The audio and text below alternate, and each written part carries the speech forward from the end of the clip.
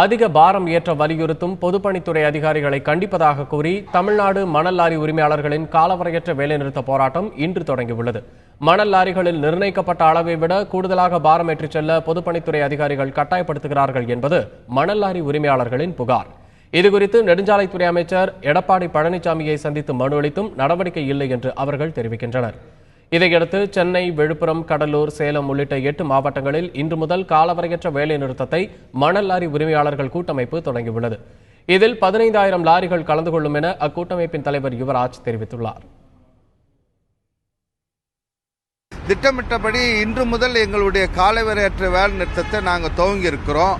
முதல் கட்டமாக சென்னை ரீஜன், அதாவது 8 மாவட்டம், சென்னை, திருவள்ளூர், காஞ்சிபுரம், விழுப்புரம், வேலூர், திருவண்ணாமலை, இப்படி இந்த மாவட்டத்தை சேர்ந்த 15,000 மணல் லாரிக்கு இன்று முதல் வேலை நிறுத்தத்தில் பங்கு கொள்கிறோம். எங்கள் கோரிக்கையை அரசு ஏற்று எங்கள் வாகனத்தில் அதிக பாரம் போடாது இருக்கணும்னு நினைக்கிறோம்.